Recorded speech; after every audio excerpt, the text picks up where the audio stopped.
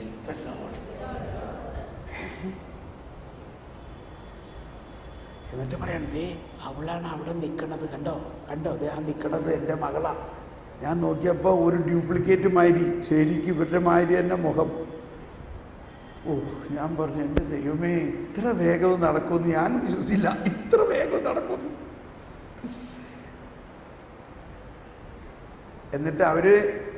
എന്നിട്ട് നന്ദി പറയാൻ വേണ്ടി മാത്രമല്ല അവർ വന്നിട്ട് പറയാണ്, നീ അവളോട് ഇത്തിരി സഹാനുഭൂതിയോടെ പെരുമാറണം എന്ന് പറഞ്ഞാൽ, അവരൊരു വളർച്ചാധ്യാനത്തിലാണ് വന്നേക്കണതെങ്കിലും അവൾക്ക് ബൈബിൾ എന്താണെന്നോ മത്തായി എവിടെയാണെന്നോ ലൂക്ക് എവിടെയാണെന്നോ ഒന്നും അറിഞ്ഞൂടാ.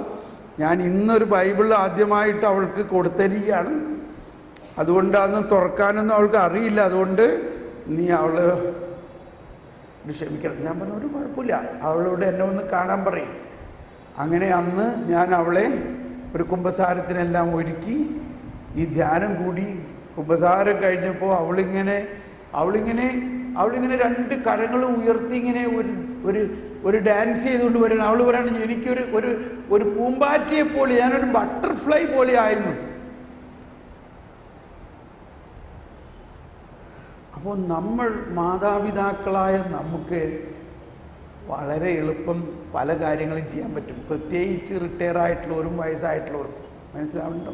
അമ്മച്ചിമാരെ, അപ്പച്ചന്മാരെ, നമ്മൾക്ക് ഈ വയസ്സുകാലത്ത് ഇരുന്നിട്ട് എന്തു ചെയ്യണം? ദൈവത്തിൻ്റെ ജ്ഞാനവും വചനവും നമ്മുടെ ഉള്ളിലേക്ക് നിറച്ചിട്ട് പറയണം, കർത്താവേ, ഇതെൻ്റെ മക്കളിലും കുഞ്ഞുമക്കളിലേക്കും നിറയുമെന്ന് ഞാൻ വിശ്വസിക്കണം. ഒരുപാട് അത്ഭുതങ്ങൾ നടന്നിട്ടുള്ളത് എനിക്കറിയാം. വലിയ അത്ഭുതം ഒരു സംഭവം കൂടി ഞാൻ പറയാം. ഇപ്പം ഇന്നത്തെ കാലത്ത് മക്കൾ എവിടെ പോകണം, നമ്മളുടെ വീട്ടിൽ നിന്ന് പോയി കഴിഞ്ഞാൽ അവരെവിടെ ആരുടെ കൂടെയാണ് നമുക്ക് യാതൊരു ഐഡിയ ഇല്ല. നമ്മുടെ എറണാകുളം ഭാഗത്ത് നടന്നൊരു സംഭവമാണ്. ഒരു അപ്പനും അമ്മയും വന്നിട്ട് ഭയങ്കര വിഷമിച്ചിരിക്കുകയാണ്, ധ്യാനം കൂടുകയാണ്. വളരെ വലിയ ആൾക്കാരാണ് അവർ. അപ്പോൾ ഇങ്ങനെയുള്ള ആൾക്കാർ സാധാരണ ധ്യാനത്തിലൊന്നും കാണാറില്ല. നമുക്ക് കാണുമ്പോൾ തന്നെ മനസ്സിലാവും, ഓരോരുത്തരെ കാണുമ്പോൾ ഒരു ധ്യാനത്തിന് വരുന്ന ആളുകളുടെ ഒരു റേഞ്ച് ഉണ്ടല്ലോ. ഈ റേഞ്ചിൽ പെടാത്ത ചിലവരവിടെ വന്നിരിക്കണം. ഞാൻ അപ്പോൾ അവരുടെ അടുത്ത് ചെന്ന് ചോദിച്ചു, നിങ്ങൾ വല്ല വഴിതെറ്റി വന്നതാണോ എന്ന് പറഞ്ഞാൽ, ഇത് നമ്മൾ നടത്തുന്ന ധ്യാനം ഇങ്ങനെയാണ്, എന്താ ഉദ്ദേശം? ഞങ്ങൾ വഴിതെറ്റി വന്നതല്ല, സാറിൻ്റെ ധ്യാനം കൂടാനും പ്രത്യേകിച്ച് സാറുമായിട്ട് ഞങ്ങളുടെ പ്രയാസം പങ്കുവെച്ച് ഇതിനൊരു പരിഹാരം കാണാൻ വേണ്ടി വന്നതാണ്. എന്നാൽ നല്ല കാര്യം, നിങ്ങൾക്ക് ഞാൻ സമയം തരാം. എന്താ? ഉടനെ തന്നെ സമയം തരാം. കാരണം അവരുടെ പ്രയാസം എന്താണെന്ന് അറിയാമല്ലോ. അവർ പറയാണ്, അവരുടെ മകൾ, 2 മക്കളാണ്, മകനും മകളും. മകൾ ഡോക്ടറായി, അത് കഴിഞ്ഞ് MD-ക്കൊക്കെ പഠിച്ചുകൊണ്ടിരിക്കുകയാണ്. അവൾ പഠിച്ചുകൊണ്ടിരിക്കെ അവൾക്ക് ഒരു മുസ്ലിം ചെറുക്കനുമായിട്ട് ഒരു സ്നേഹമായിട്ട് അവളെ കല്യാണം കഴിക്കുകയും മുസ്ലിം ആകണം എന്നുള്ള ഒരു തീരുമാനമാണ്.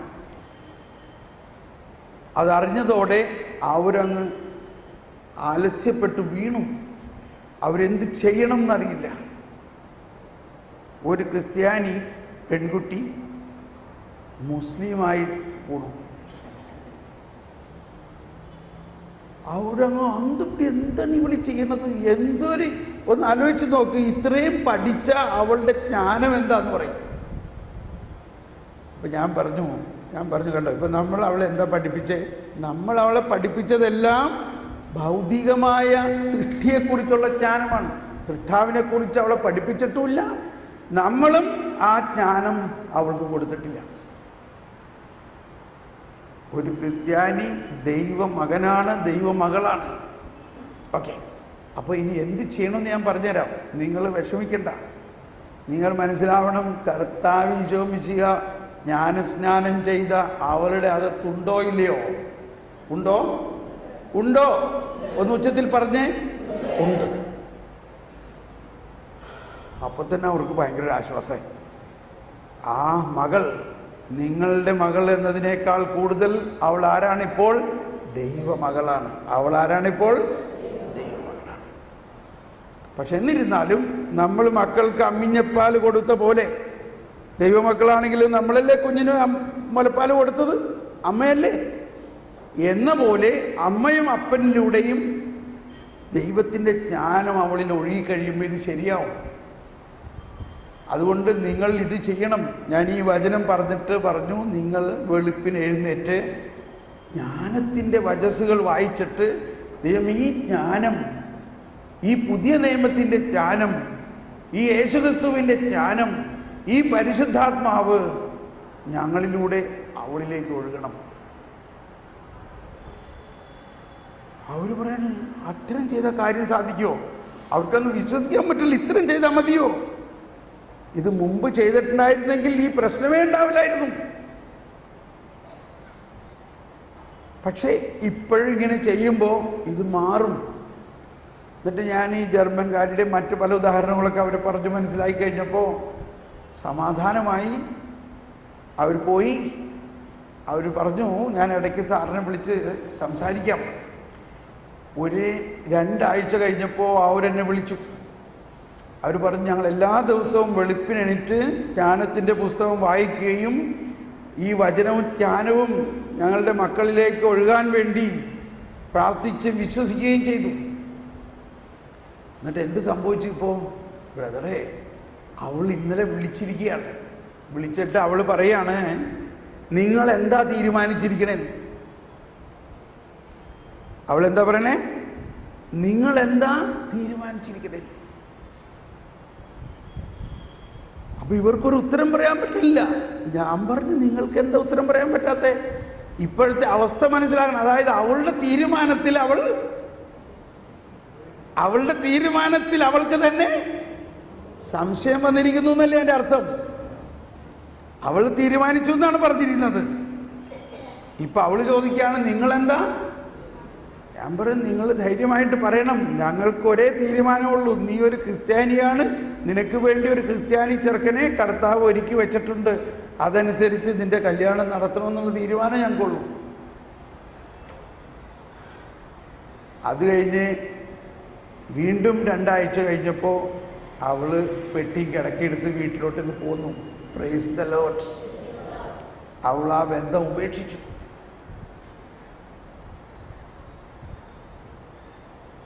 ഇത് ഇന്നത്തെ നമ്മുടെ ജീവിതത്തിലെ എല്ലാവരുടെയും പ്രശ്നമാണോ അല്ലയോ? ഈ പ്രശ്നത്തിൻ്റെ മറുമരുന്ന് മുൻകൂട്ടി പറയുകയാണ്, നമ്മുടെ മക്കളും നമ്മളും ജ്ഞാനസ്നാനം സ്വീകരിച്ചിട്ടുള്ളവരാണ്. എന്താ സ്വീകരിച്ചിട്ടുള്ളത്? ഒന്ന് ഉച്ചത്തിൽ പറഞ്ഞ ആ വാക്ക്, ഉച്ചത്തിൽ പറഞ്ഞേ. എന്നിട്ട് ഈ ജ്ഞാനസ്നാനത്തിൻ്റെ ആ പെട്ടി തുറന്നോ? ആ ജ്ഞാനസ്നാനത്തിൻ്റെ ഈ ഇടയ്ക്ക് പരിശുദ്ധ പിതാവ് നടത്തിയ ഒരു പ്രഭാഷണത്തിൽ ഇങ്ങനെ പറയായിരുന്നു, നമ്മൾക്ക് കിട്ടിയിരിക്കുന്ന, ദൈവം നമുക്ക് തന്നിരിക്കുന്ന സമ്മാനപ്പെട്ടി, ആ സമ്മാനപ്പെട്ടിയുടെ പുറത്തെ ഗോൾഡൻ സുവർണ കടലാസേ തുറന്നിട്ടുള്ളൂ, അതിൻ്റെ അകത്ത് നമ്മൾ പോയിട്ടില്ല. ആ പെട്ടിയുടെ അകത്ത് നമ്മൾ പോയിട്ടില്ല. അതിൻ്റെ റാപ്പർ കണ്ടപ്പോഴേക്കും നമുക്ക് സന്തോഷമായി, ഓ നല്ല സമ്മാനം. പക്ഷെ അതിൻ്റെ അകത്ത് നമ്മൾ കയറിയിട്ടില്ല.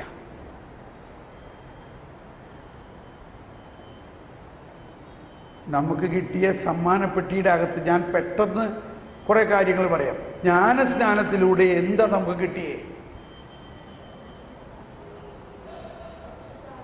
നമ്മൾ ഇതൊന്നും സാധാരണ ധ്യാനത്തിൽ പറയാറൊന്നുമില്ലേ? നമ്മൾ പാപം, പശ്ചാത്താപം, പരിശുദ്ധാത്മാവ്, അഭിഷേക പ്രാർത്ഥന നടത്തി, രോഗശാന്തി നടത്തി നമ്മളിങ്ങോട്ട് പോരുകയാണ്, ഒരു കുമ്പസാരം. പക്ഷേ നമുക്ക് എല്ലാം കിട്ടും എന്നുള്ളതിനെ കുറിച്ചാണ് പറയണതെല്ലാം. എന്നാൽ ഇവിടെ കിട്ടിയത് എന്താണെന്ന് മനസ്സിലാക്കും. നമുക്ക് കിട്ടിക്കഴിഞ്ഞിരിക്കുന്ന നിധി അഭികാമ്യമായ ദാനമാണെനിക്ക് അളന്ന് കിട്ടിയിരിക്കുന്നത്, വിശിഷ്ട ഇത് പണ്ടേ പാടിയേക്കണു. ഏത് സങ്കീർത്തനം എന്ന് പറയുന്നത് യേശുവിന് ഏതാണ്ട് 1000-ലധികം വർഷങ്ങൾക്ക് മുമ്പ് പാടിയിരിക്കണു. ഇതെനിക്ക് ലഭിച്ചു കഴിഞ്ഞിരിക്കണമെന്ന്. കാരണം എന്താണെന്ന് വെച്ചാൽ ദൈവത്തെ സംബന്ധിച്ച് ഇന്നലെയും ഇന്നും നാളെയും ഒരുപോലെ തന്നെയാ. പക്ഷെ നമ്മളിപ്പോഴും നടക്കണ കണ്ടു കഴിഞ്ഞാൽ ഇതൊന്നും നമുക്ക് കിട്ടാണ്ട് ഇങ്ങനെ ഒരു ഉദാഹരണം ഞാൻ പറയാറുണ്ട്. പണ്ടൊക്കെ പ്രാരംഭ ധ്യാനത്തിൽ പറഞ്ഞത് ഇപ്പോൾ വരികയാണ് ഒരെണ്ണം. അത് ഇങ്ങനെയാണ്. ഒരു അമ്മച്ചി, ഒരു നാട്ടിൻപുറത്തെ കഥയാണെന്ന് ഉദ്ദേശിച്ചോ. ഒരമ്മച്ചി വീട്ടിലൊക്കെ വേലയെടുത്ത് മകനെ പഠിപ്പിച്ചു. അപ്പം അമ്മച്ചിയുടെ ആഗ്രഹം, എൻ്റെ മകൻ വലിയ ആളാകണം, അവൻ ഫാറിനിൽ പോയി ജോലി ചെയ്യണം. അങ്ങനെ അവൻ പഠിച്ചവൻ ഗ്രാജുവേറ്റായി. അവന് അമ്മച്ചിയുടെ കുടിലൊക്കെ പൊളിയാണ്. വസ്ത്രമൊന്നുമില്ല, സ്വർണമേ ഇല്ല. ഇതൊക്കെ കഷ്ടപ്പെട്ട് പഠിപ്പിച്ച് ഈ മകനെ അമേരിക്കയ്ക്ക് വിട്ടു. അങ്ങനെ അവൻ ഫാറിനിൽ ജോലിക്ക് പോയി. അപ്പം അവൻ പോണ നേരത്ത് പറഞ്ഞു, അമ്മച്ചിയുടെ എല്ലാ പ്രയാസവും നീ മാറി, ഞാൻ പോയിട്ട് ഉടനെ അമ്മച്ചിക്ക് പൈസ അയക്കും. ആ പൈസ കിട്ടിയാൽ ആദ്യം അമ്മച്ചി ഈ സാരിയൊക്കെ മാറ്റി, ഈ മുണ്ടൊക്കെ മാറ്റി നല്ലൊരു സാരിയൊക്കെ കൊടുക്കണം. ഈ പൊളിഞ്ഞു കിടക്കണ വീട് പൊളിച്ച് നല്ലൊരു വീട് പണിയണം. അമ്മച്ചി കുറച്ച് വളയും മാലയൊക്കെ മേടിച്ച് മാനമായിട്ട് നടക്കണം. അങ്ങനെ ഈ മകൻ അമേരിക്കയിൽ പോയി. അങ്ങനെ അവൻ എല്ലാ മാസവും കത്തുകളൊക്കെ അയക്കണ്ടെങ്കിലും പൈസ വരണില്ല. 6 മാസം കഴിഞ്ഞിട്ടും ഒരു പൈസയും വരുന്നില്ല. അപ്പം ഈ കുടിലിൻ്റെ ഒരു വശമൊക്കെ പൊളിഞ്ഞ് വീഴാൻ തുടങ്ങി. അമ്മച്ചി കുടിലിൻ്റെ മുമ്പിൽ ഇരിക്കുമ്പോൾ അവൻ്റെ ഒരു സുഹൃത്ത് അതിലെ പോവുകയാണ്. ആ സുഹൃത്ത് അമ്മച്ചിനെ കണ്ടപ്പോൾ, അമ്മച്ചി എന്തുണ്ട് വിശേഷം? മോൻ അവൻ മിടുക്കനായിട്ടെല്ലാം അവൻ കാശൊക്കെ അയക്കണില്ല. അമ്മച്ചി വീടൊക്കെ പൊളിച്ച് രണ്ടാമത് പണിതൂടെ?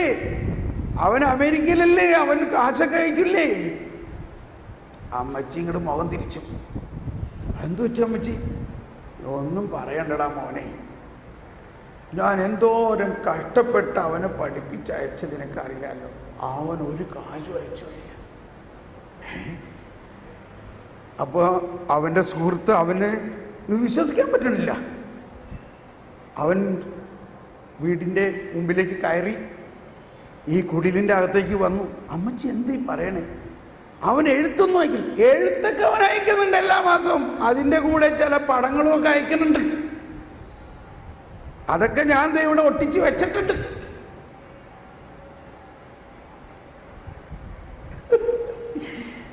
അവൻ നോക്കിയപ്പോഴേ, എൻ്റെ അമ്മച്ചി, ഇത് പടങ്ങളല്ല, ഇത് ഡോളർ നോട്ടുകളാണിത്.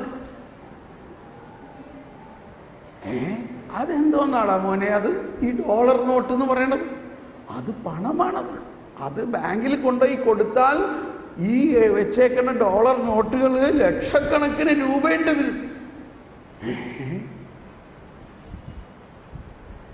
ഇത് 6 മാസമായിട്ട് വന്നേക്കണതാണ്. അവൻ കഷ്ടപ്പെട്ട് ഇതൊക്കെ അമ്മച്ചിക്ക് എല്ലാ മാസവും അയച്ചുകൊണ്ടിരിക്കുന്നു. പക്ഷെ അമ്മച്ചിക്ക് ഈ കിട്ടിയിരിക്കുന്നത് എന്താണെന്ന് അറിയാത്തത് കൊണ്ട് അമ്മച്ചി ഇപ്പോഴും ആ പഴയ തുണിയും ആ പഴയ കുടിലും ആ ദാരിദ്ര്യമായിട്ട് ജീവിക്കണം. Price the Lord. കാര്യം മനസ്സിലായോ? മാമോദീസായിലൂടെയും സ്ഥൈര്യലേപനത്തിലൂടെയും വിശുദ്ധ കുർബാനയിലൂടെയും ദൈവം നമുക്ക് നൽകിയിരിക്കുന്ന ആ ഡോളർ നോട്ടുകൾ, ആ വലിയ സമ്പന്നത, ആ വലിയ ഓഹരി മനസ്സിലാക്കാൻ ജ്ഞാനം വേണം. ജ്ഞാനസ്നാനത്തിൽ അതിനാണ് നമുക്ക് ജ്ഞാനസ്നാനം തന്നിരിക്കുന്നത്. എന്തിനാണ് ജ്ഞാനസ്നാനം തന്നിരിക്കുന്നത്? ദൈവത്തിൻ്റെ ജ്ഞാനത്തിലൂടെ മാത്രമേ ഈ ദൈവം നൽകുന്ന അനുഗ്രഹത്തെ തുറക്കാൻ പറ്റുകയുള്ളൂ. Price the Lord. ദൈവത്തിൻ്റെ വചനത്തെയും നമുക്ക് മനസ്സിലാക്കാൻ പറ്റുകയുള്ളൂ. ആ ജ്ഞാനസ്നാനത്തിൽ ദൈവം നമുക്ക് പ്രഥമമായിട്ട് ദൈവത്തെ തന്നെ നൽകിയിരിക്കുന്നു. കർത്താവാണെൻ്റെ ഓഹരിയും പാനപാത്രവും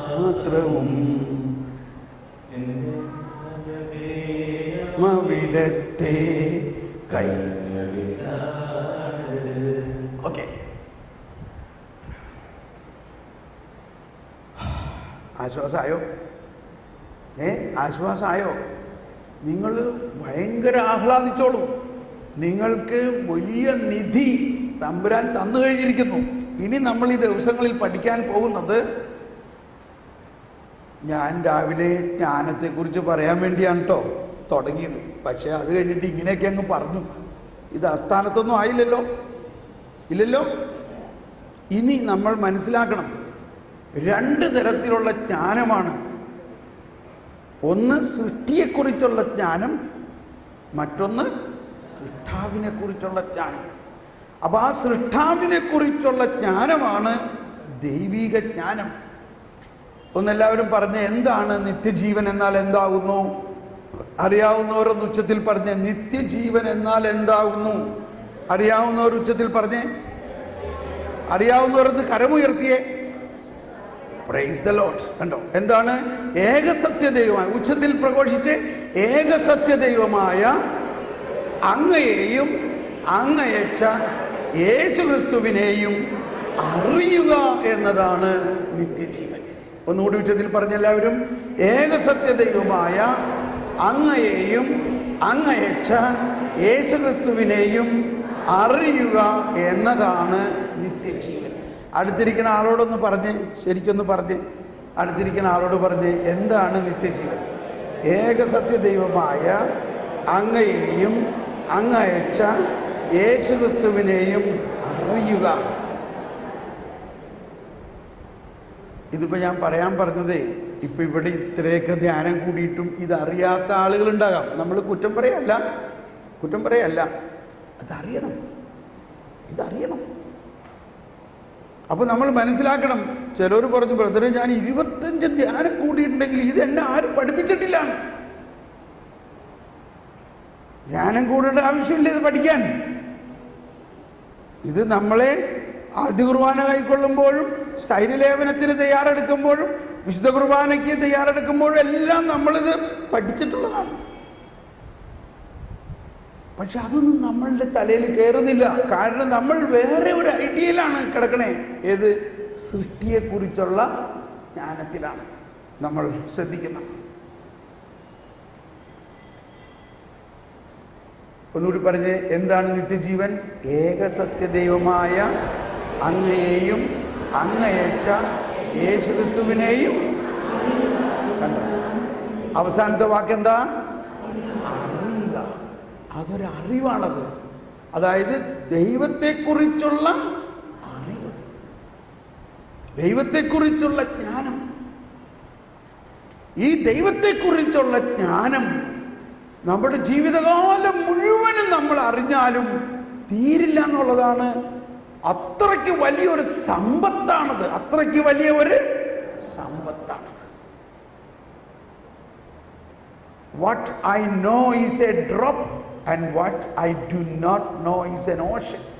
നമ്മൾ ഇത്രയും നാൾ അറിഞ്ഞത് വെറും എള്ളോളമേ ഉള്ളൂ എങ്കിൽ നമ്മൾ ഇനി അറിയാനുള്ളത് ഒരു കടലോളമാണ്.